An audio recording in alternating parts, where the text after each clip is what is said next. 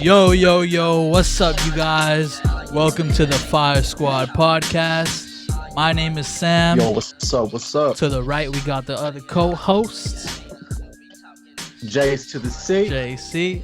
And we got a very special guest today on the left side of the screen. You want to introduce yourself today? Yeah. I go by the name of Jay Horne, all the way from Houston, Texas, live out here in Las Vegas. Hey, H-Town. Yes, sir. Homesick 4 in stores right now.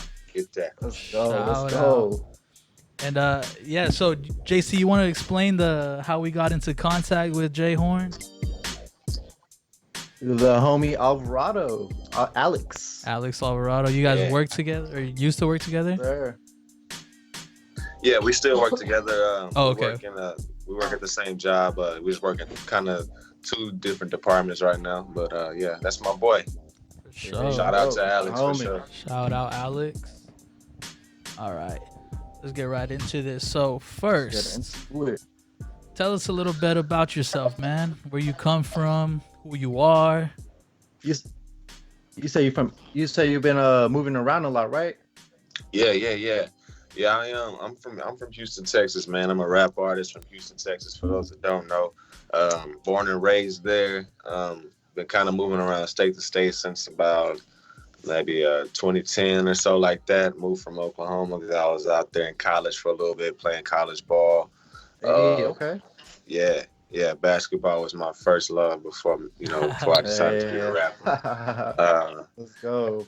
Yeah, and then I moved from Oklahoma with my lady. Me and my lady, we moved over to out to the Bay Area, California, for about a couple of years. Did an experience there. Dropped the album there. It was pretty dope. And then moved from Cali to Las Vegas, where we are now, and I've been loving it ever since. Man, Vegas is it's the city. It's dope here. Solid. Just come from just a little bit more about me, man. What I'm saying, I consider myself a seasoned artist now. I've been doing this for a while now, and you could probably tell when you listen to my music and my craft that just got no. I consider myself knowing what I'm doing when I rap, Right. And I have a lot to say. It's more so storytelling and taking you, bringing you in with my lyrics rather than just giving you turn up music. You know what I mean? Yeah, at one point I was more turn up, but I'm older now, you know what I'm saying? So Okay. So you feel like what's called, you used to do the turn up music. So I'm gonna take a guess right here, because I feel like, is Nipsey Hussle one of your biggest inspirations? he's definitely an inspiration. I wouldn't say when it comes to lyrics he's an inspiration, just more of an inspiration with the person that he is and the message that he carries, Yeah, like I can definitely say that part, I do take that, and that's more so recent within the last couple of years, watching him and learning and growing as an artist in that aspect. Because a lot of rappers, they just focus on the bangers and like the turn up stuff, but there always is that pool of rappers who want to say something that's meaningful. You know what I mean? Yeah, because when it's all said and done, I think even the turn up rappers will realize, it's a lot deeper than that. Because if you're making turn up music your whole career, and let's say you go through some shit, your grandma passed, or God forbid somebody's mom passed in the industry, and they want to talk about that, but if you've been making turn up music for the last 8 years, your fans not going to want to hear it. It's not gonna feel right. You can't even get out what you want to get out because, you haven't realized, throughout the whole game, it's a little bit deeper than just turning people up. Hip hop is a wave of emotions, Yes, sir. I mean, the man J. Cole said it best himself. One day your fans are going to grow up. They're going to realize, that ain't what they want to listen to. Exactly. They going to grow up, man. Fans going to grow up. So with you being from Houston, who was your inspiration from down south? Like, was there any specific artist that made you, or where were you introduced to? Let's start back. Let's start way back. Oh yeah, man.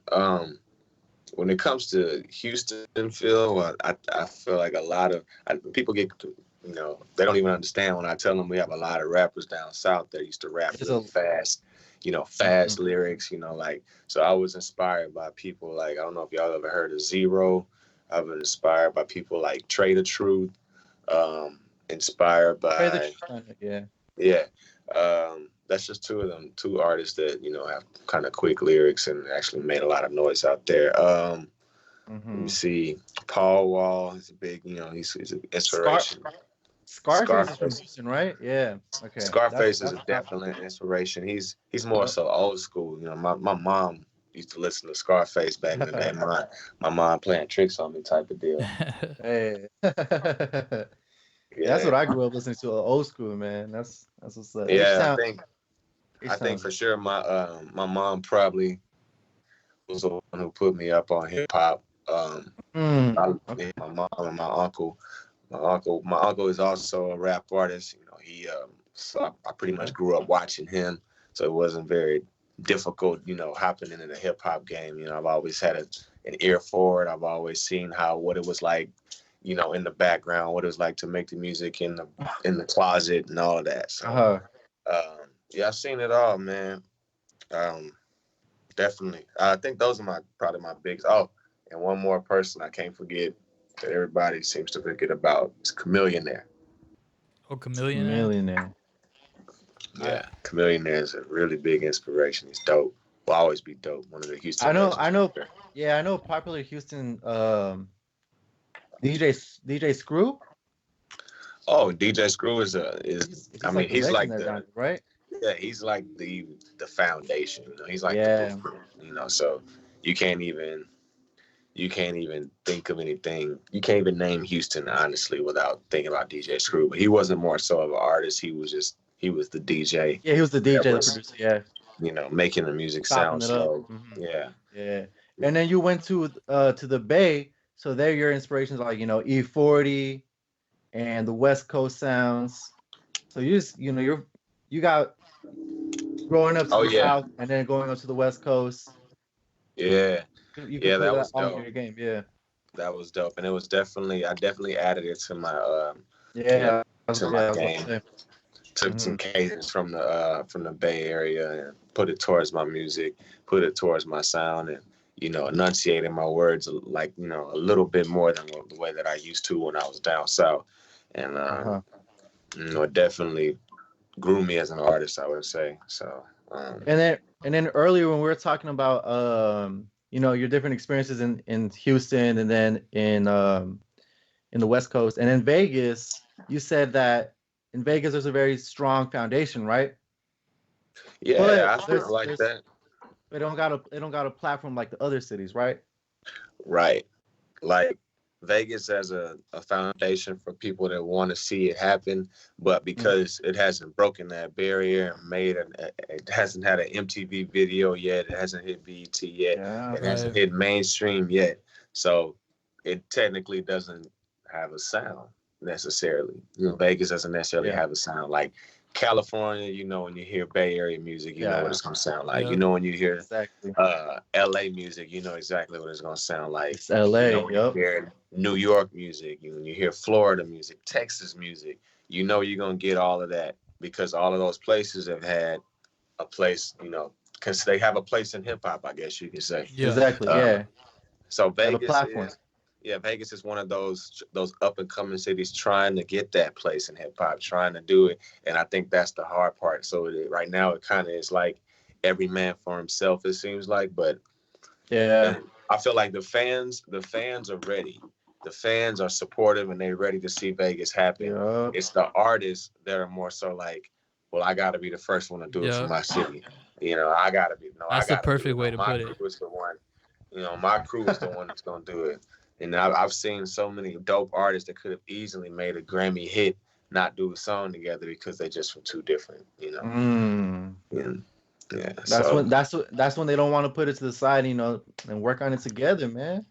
Yeah, I'm telling you, man. Once they realize a lot of people will realize that. That's what happened with Houston. We had to put the beef aside and put the money together. And once we realized that it was more money involved than us beefing with each other, that's when we started making more money. You know, so So what was the oh, my bad. You want to finish your thought? No, go ahead. Oh, I just want to say or ask, what was the I guess the stardom of your music career? When did you realize, or how'd you start, you know? So I think well, let's just say I've been rapping, freestyling, writing lyrics since I was like 7, 8 years old. Okay. Yeah, I took freestyling on. I did my first talent show, rapping, freestyling on stage. I was 8. Oh wow. Oh wow. So, yeah, I was 8 years old. So I didn't take it serious or nothing though, because I was obviously playing ball. My mom ain't want me rapping. She was like, "Boy, go to your room." If I even asked to rap at 10 years old, but when I'd say I started writing a lot more around 13, 14, and realized I was actually pretty good, and my uncle could see that this kid's actually good. You know, he's got something to say for a young age. I think I stopped playing ball. I tore my ACL, and I was already thinking about rapping, but I tore my ACL around, like, I think I was 22, and I was like on my last leg of school, and I was like, man, I don't think I want to do the whole rehab, go back to school, do more school. Man, I'm done paying student loans and trying to get on the team and do all this shit. So I ended up just saying, look, man, I'm gonna try to take this rap shit full time. When you're sitting on a bed trying to rest, on bed rest basically from a torn ACL, and you just had surgery from it. Ain't nothing to do, nothing at all to do. I mean, it was like sitting up in this fucking coronavirus shit. Yeah. You know what I'm saying? So, and all I did was write. Took all my pain and put it on paper. I started writing about basketball. Started writing about the dreams and shit that just started putting the pain to, painting a picture basically. Yeah. And I say around 22, yeah, that's when I knew that's what I wanted to do. And I knew that's what I was going to do. It wasn't basketball no more. It was going to be music. I would say around like maybe a year later, I did a really big show, like a real talent show. And I got like second place out of 250 people. Oh, nice. I was out in Oklahoma, man. And that's when everybody was like, all right, this kid, he got something. Right. It's crazy, bro. So a lot of people, let's say, because they'll look at 22 and I'm like, nah, I can't start rapping at 22. I've been wanting to rap my whole life. They'll feel like 22 is like, I guess, an older age to start. Because a lot of people, obviously they start very young. But nah, bro, you did it right. Because at 22, we're still super young. You know what I mean? So you did a perfect time. I used to think like that too. Like, man. Yeah, we all did. Yeah. I'm a rookie, but I'm starting so young, this and that. And then I started saying to myself, well, I started thinking of a lot of the artists who didn't really necessarily make it until they was damn near 30, people that didn't really get a name until they hit a certain age. It's more so a maturity level thing. Honestly, if you look at it, Jay-Z, when this pitched real, when he really started blowing up around like Blueprint and stuff, that dude was damn near 30. He was already 30 then. Yeah. So it's like, he didn't drop his first album until he was like 24, 25, something like that. Right. And now he's the most paid dude at the industry's ever seen. He's a billionaire. So it's almost like, okay, is it all about how, maturity? I feel like it's more of a factor, because you could be 18, 19 and end up, the industry will swallow you whole. Oh yeah. So I feel like if I made it 5 years ago, and I would have had my name in lights, I would have fucked it off big time.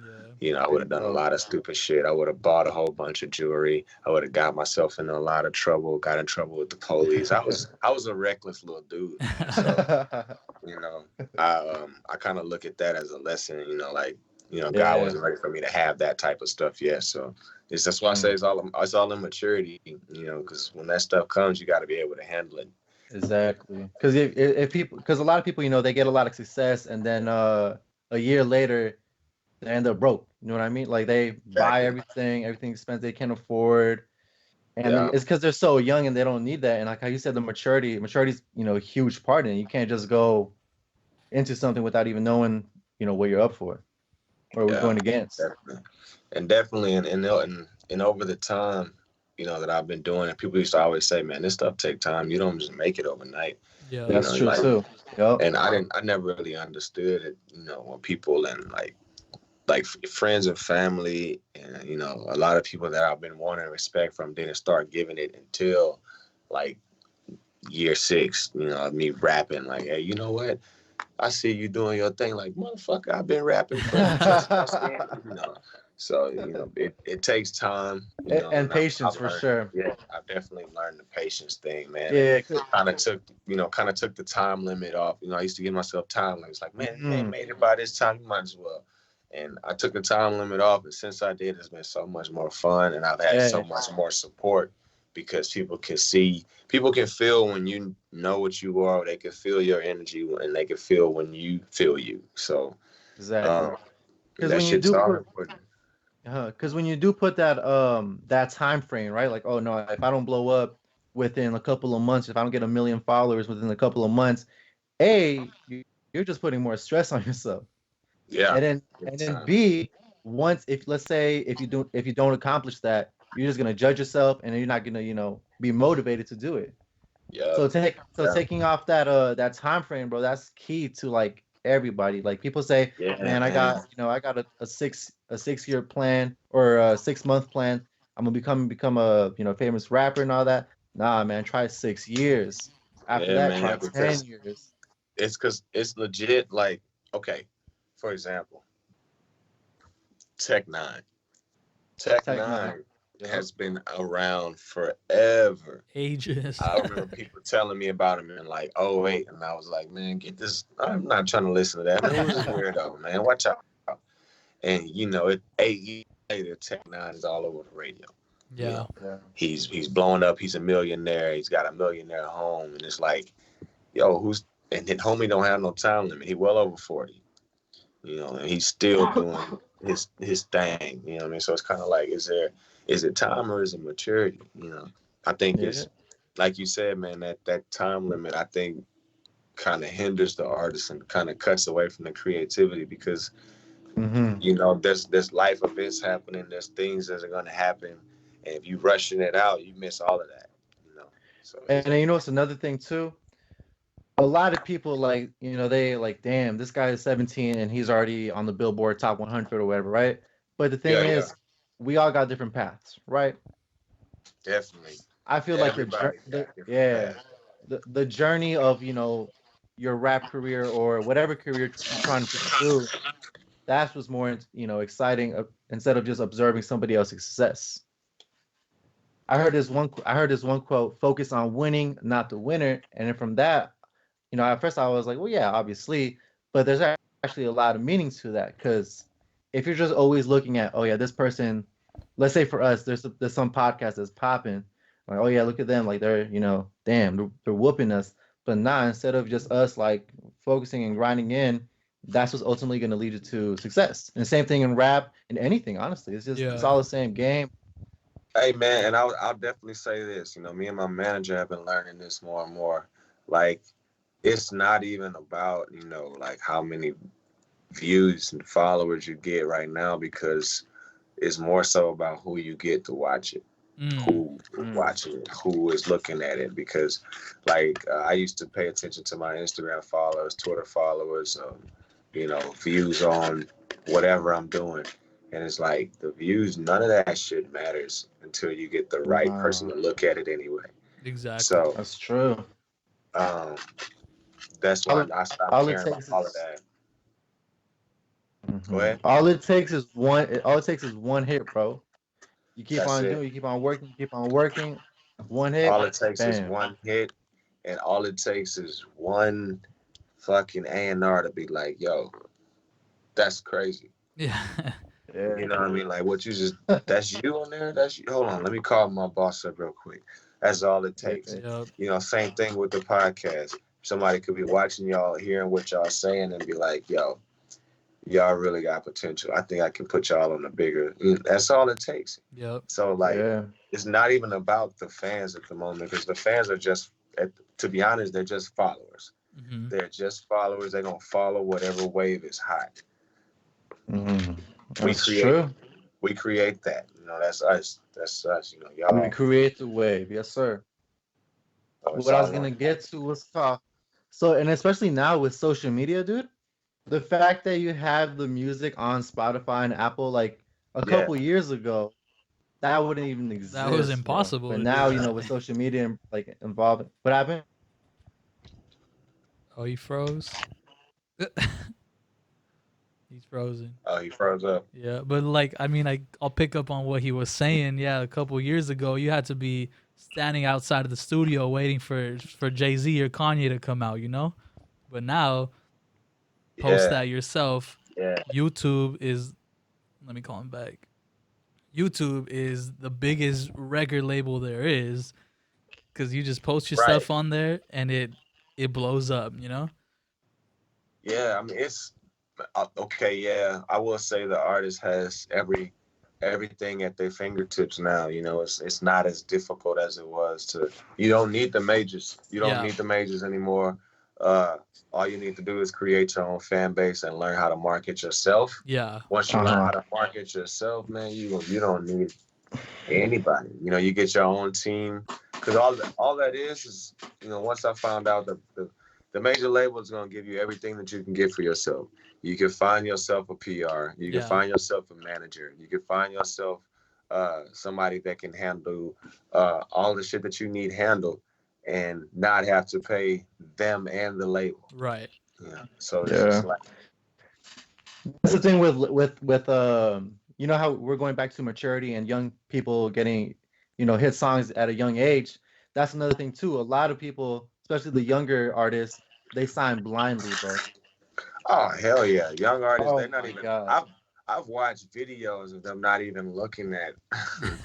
They're not even looking at what they sign. I mean, Birdman tell them go ahead and sign here, and they just sign right there. Like they didn't even not even looking at what it could possibly mean, how much he owns you. I'm getting signed. This means I made it. That's all that matters right now.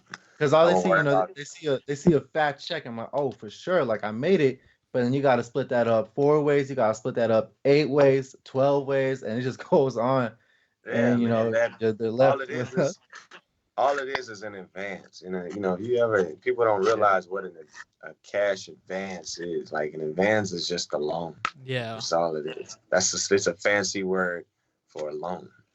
And let's say if I got a $5 million advance, first thing the artist go do, I'm gonna go buy some diamonds. I'm gonna go hit the strip club. I'm gonna go throw this. I'm gonna go buy some cars. I'm gonna get my mama cars. You know, my mama a house. And not even realizing that $5 million was for them to shoot videos. Yep. It was for them to the producers for promotion, everything under the sun. That was what that $5 million was for. Just because you need to pay that back by making the music and going on tour, you have to pay that back. If you don't, they own your ass. That's what sucks about the music industry. Like, there is a lot of success that you could get there, but man, it's crooked, bro. Like, but that's just how it is. Yeah, I mean, but it's kind of like it's a give and take, man. You know, you have to find the right thing that suits you. Like, you know, it's kind of like it's at the end of the day, still working a job. You know, when you're going out in the job field, you want to find a job that you actually gonna like, not one that you gonna hate and the boss gonna hate you. Yeah. You know, you want to find something that is comfortable where you can make your money and actually feel good about going to work. It's the same thing with music. I want to be signed to a label where you don't even have free will. You owe them money, so they look at you funny when you come in the door. You know, it's like not everybody gets that the baby treatment. You know, not everybody can be like that right off as soon as they hop in the game. Mm-hmm. And then what's called going way back to what I said earlier about Nipsey. Nipsey, you know, I've always been a big Nipsey Hussle fan, right? And then at the beginning when I first started listening to his music, I was like, why isn't this not like an official album or whatever, right? But then I started understanding what he was doing. He was just, you know, releasing mixtapes because he wanted to negotiate on the right album deal at the right time, and that's what he did. And then from there, once I started understanding that, I was like, damn, this music industry game is like a little bit different. But Nipsey Hussle, he was always on his toes, so that's why he got the best deal possible. Yeah, he did, and he ended up owning his masters and stuff. So it was just like he was smart, and I think he's very intelligent, yeah, and patient too. That, and I watched and learned that, like, man, okay, we should be a lot smarter than what we're doing. If he can be this smart, then we should definitely be doing more out here. For it's not just about, and it honestly, what he did, his death and everything has definitely changed. It's changed hip hop. It's definitely changed a lot. Mm-hmm. I've noticed the change myself. It's changed. I feel like a lot, and hopefully a lot of younger artists, they see like, hey man, we could do this on our own. We don't got to be, behind somebody for all this to be, have one day, so we can have our own rights and all that. Definitely. That's why I'm starting to realize now. The thing is though that I see the younger artists are the ones that's going to just go sign the deals right away, not even thinking. Yeah. But and they'll learn, hopefully, Yeah, they will. But it's like, and some of them are learning now. Matter of fact, Megan Thee Stallion just recently learned that these labels don't have her best interest. Yeah, that did happen. We talked. Yeah, we spoke about that. That's crazy. Like one of the biggest female artists out still having label issues. Like God, it's a spooky world out there in the music industry because you got to think we're making it's like medicine for the world. Yeah. It's medicine for the the brain. Music keeps us all connected. Mm-hmm. If you make so, what about what was that? Go ahead. All right. Did I freeze again or no? No, you're good. No, you're good. No, I was just saying, if you're making good music, no matter what genre it is, you're gonna have controversy. You're gonna have controversy. Period. It's gonna be controversy. So that's unfortunately. Yo, so with the coronavirus, you said earlier before the podcast that because you recently dropped an album, right? Yeah, February 4th, I had dropped Homesick 4. There you go. And the coronavirus impacted that because the rollout was a little bit not where because we need events to promote the art, the music. Right. And, exactly. So the album dropped digitally, and everybody loved it, and I even got to do like maybe 1 or 2 shows. But as I'm as I'm promoting and getting ready to do bigger shows, I don't know if y'all heard of Mike Xavier. Mike Xavier, nah. It's an artist out here named Mike Xavier, and shout out to Mike. He was putting on big shows, and I was getting ready to be on that one. It was about to be a big show. Boom, coronavirus happened. Show got canceled just like everything else did. So and they put a damper on thing. I was selling merchandise. I was selling hats, T-shirts from the album. Types of shit. That's hard. Yeah, man. Hey, that's sick. I was on the hustle, on the grind, man. Since this has happened, it's definitely slowed the money down a little bit. But no big deal. It slowed everybody's money down, so I can't complain. What have you been working on? You got some new music in the works? Oh yeah, I'm always working on something new. I was getting ready to actually drop another single with my one of my producers here, but I don't know. Probably put that on hold just for the simple fact that this is just too much shit going on. Right now we can't even get connected with the graphic designers you want to because they going through shit. The people that everybody's going through something. I can't even get in the studio right now because the studio engineer locked the studio out till the virus is over. I can't blame him. And then it's the best thing. Like, let's just kill the virus and then back to it, man. Everybody, bro. One thing I could guarantee is once everything is like over with, everybody's be wanting to turn it up, man. Yeah. So one thing I will say though, like, me and my woman, we can't keep ourselves in the house for, trapped in there for too long. So, with everybody, a lot of these people not having jobs and, not having a place to go get groceries because, there's families out there with no money right now. A lot of, or families that have 2 households in them and still can't eat. So, so what we've been doing, we've been going up to not our local church, but a church out in Henderson. And we've been passing out groceries, putting them. Oh, I saw that. Yeah.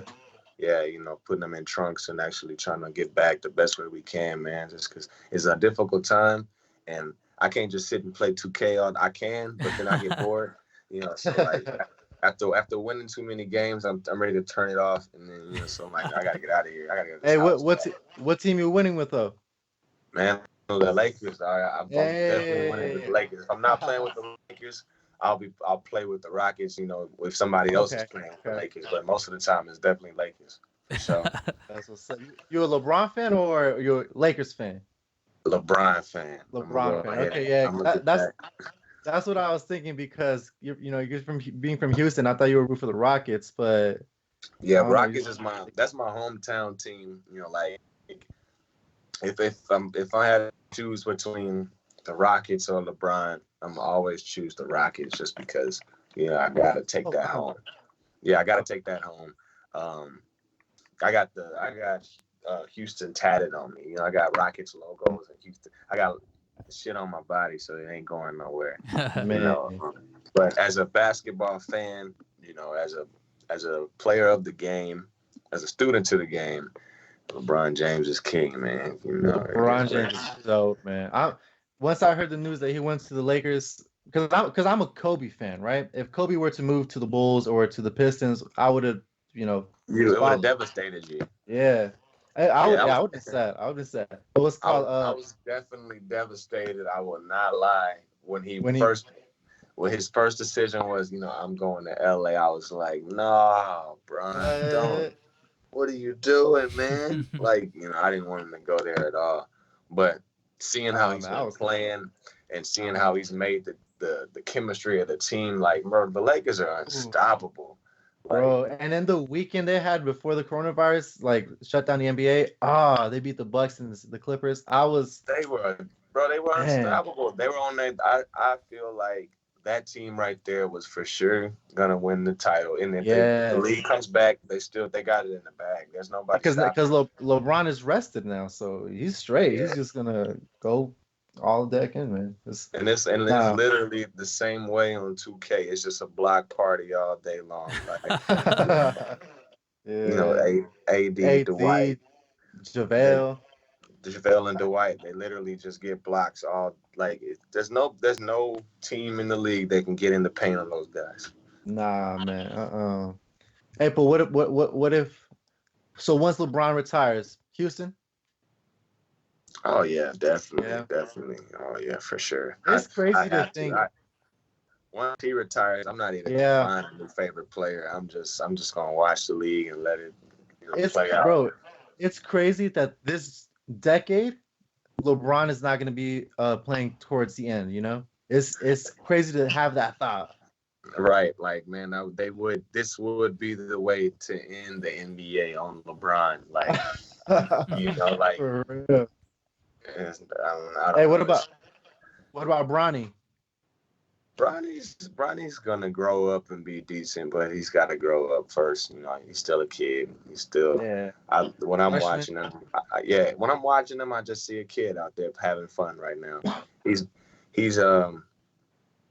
coach. He's gonna have to learn how to. Like, he's having too much fun. He hasn't felt. Somebody's got to hit him hard and show him that this is a basketball court. We don't care if you LeBron's son. Yeah. Yeah, somebody's gonna have to get in him real good for him to wake up. But I don't want him to come to the league and then get pushed around like how Lonzo did when he first got there. Nah, man.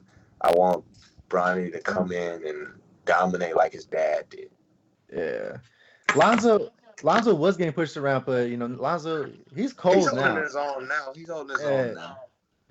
I like him in New Orleans, and him and Bi, man. Bi is one of my favorite players, and easily like top 3 for me, like in my favorite. You know, he surprised me for sure. Ingram, he surprised me. I didn't think I was ever gonna see the light of day out of Ingram from the seasons I saw him in LA, but he just came out and he's dope. Yeah, man, this coronavirus got us on the Skype and all that. Usually what we do is that you would pick a beat and then you'll freestyle, but with the audio being the way it is, it's all good. I ain't even tripping, bro, because when this shit is over, I'm gonna come light the studio up. Hey, you know, that's without a doubt. You got something you would like us to play? We can throw something on. Man, I think I sent y'all my Spotify album. Man. Honestly, y'all can play any track from that album and it'll be fire. If I'm picking a track right now, probably it would be track. Probably would be track. Probably Get to the Money. Track 14. You want to 14. JC? You want to send me that link? Yeah. Hold on. He might have it right. Oh, I already sent it to you, bro. Through text or where? Through text, yeah, I do got it. You said which one? Track 14, right? Yeah, track 14. Should be called Get to the Money. It's a pretty vibing, it's a vibe little song, Right.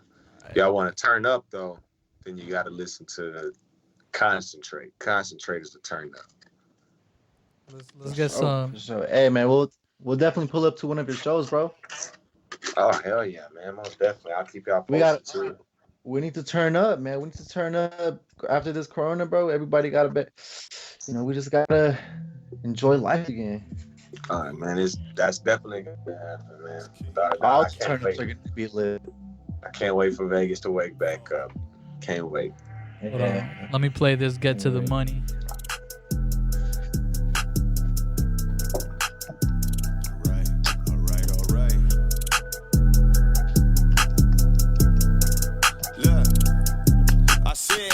For my dogs getting bread, staying 2 steps ahead. Hustle hard to stay fed. Ain't trying to work till I'm dead. You can hate it or love me, but I'm about to get to the money. See, none of you niggas can judge me, cause I'm about to get to the money. Get to the money. This for my dogs getting bread, staying 2 steps ahead. Hustle hard to stay fed. Ain't trying to work till I'm dead. You can hate it or love me, but I'm about to get to the money. See, none of you niggas can judge me, cause I'm about to get to the money. Get to the money. Look. Everybody got their own stories for why they struggle. In the game of life, you gon' have to fight, get in scuffles. Just know you a real one if every day you wake up to hustle. Get that weight off your back like you building muscle. We never show you the long grind, the blood and tears before we blow up. How it took such a long time for fans to finally start to show up. We show you how we shine, how good we look in the glow up. Now we working to change time, and you gotta pay money to get to know us. Ain't getting no sleep, independent and defending off negative energy, chasing these dreams. Investing myself and ain't cheap, and nobody said that it'd be easy to get to the cream. How bad do you really want it? Gotta know when to seize the moment. War ready, show me opponents. I'm war ready, show me opponents. I'm about to get to the money. You can hate it or love me, but I'm about to get to the money. Protection from my God above me, cause I'm about to get to the money. So none of you niggas can judge me, cause I'm about to get to the money. Get to the money.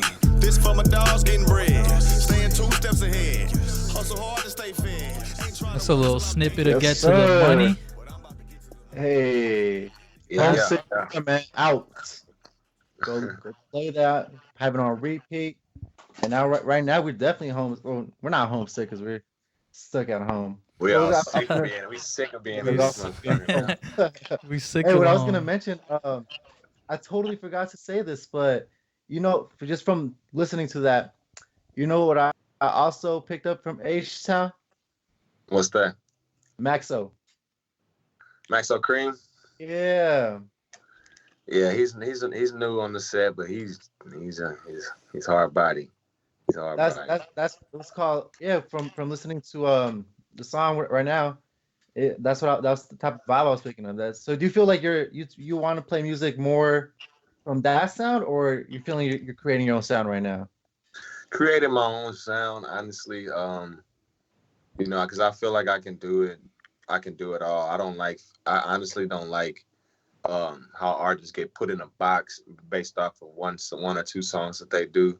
You know what I mean? I feel like because a lot of people can do more. Like myself, I can write a song that'll turn you up, you know, and, you know, get you hype off your feet, and I can write a song that's gonna, you know, have you thinking deep. You know, it's kind of like, you know, I consider myself a rap chameleon where I can go and, you know, I can blend in any area. That's the part. Yeah, that's the part about being an artist. You know, like you gotta be able to tap in the more. You know, that's that. You know, that mainstream major label thing where most of those guys get tagged. Like, boom, this is the kind of music you're gonna make, and that's all you're gonna make. Yep. And then once it fades away, they're gone. Right. Then you look at artists that is, you know, like independent artists like Hobson, Dizzy Wright. You know, these guys can make whatever they want, and they always got their fan base. You know, they always gonna make money on shows.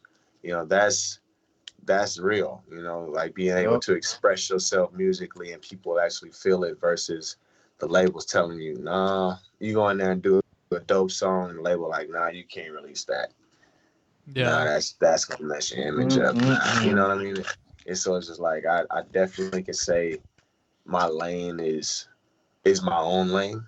You know what I mean? And I feel like a lot of people can agree with that too. You know, when they hear my music, like, then you kind of got your own lane. The more and more you listen to the songs, you know, like when y'all got time, you know, actually break it down. You know, got time, shit. We all got time.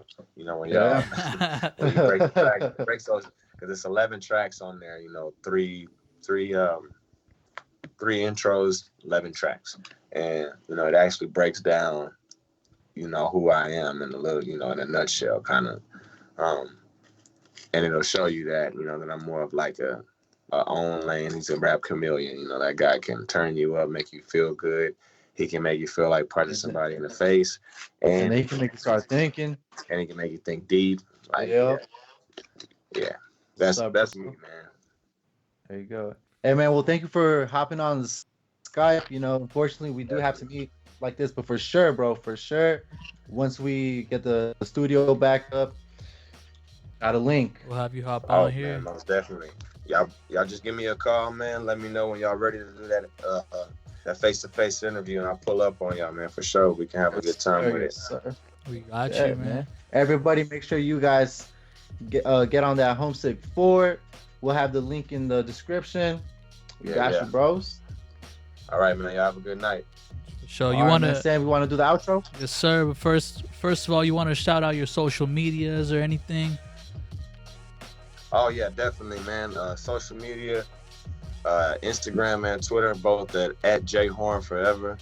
That's @JHorneForever, man. Everything, all my music on Spotify, iTunes. Find me on YouTube. Just search the boy Jay Horne and you'll find me. You did. For sure. Jay Horne. With that being said, thank you guys so much for listening to the Fire Squad podcast. You can find us also on Spotify, Apple, right, JC, or not yet? Apple, sir. Yes, sir. Okay, Spotify, Apple, any other major streaming services, YouTube, most definitely. Follow us on Instagram, Twitter, TikTok. I think that's it. That's all we didn't even talk. We didn't talk about TikTok, huh? We gotta talk about TikTok next time, bro. Yeah, we can definitely make a TikTok. Do you have a TikTok? Not yet. My wife's trying to get me to get one. Do it, man. Bro, if you freestyle on that, bro, you'll go viral, man. Instantly. Bet it up. All right. Thank you guys so much. We appreciate you all. Don't forget to always support the kids. And we outie. Yeah. Yes, all right, man. All right. Stay safe. Bro. All right, man. Have a good night. Peace, y'all. Oh, what up, JC? All right. Peace.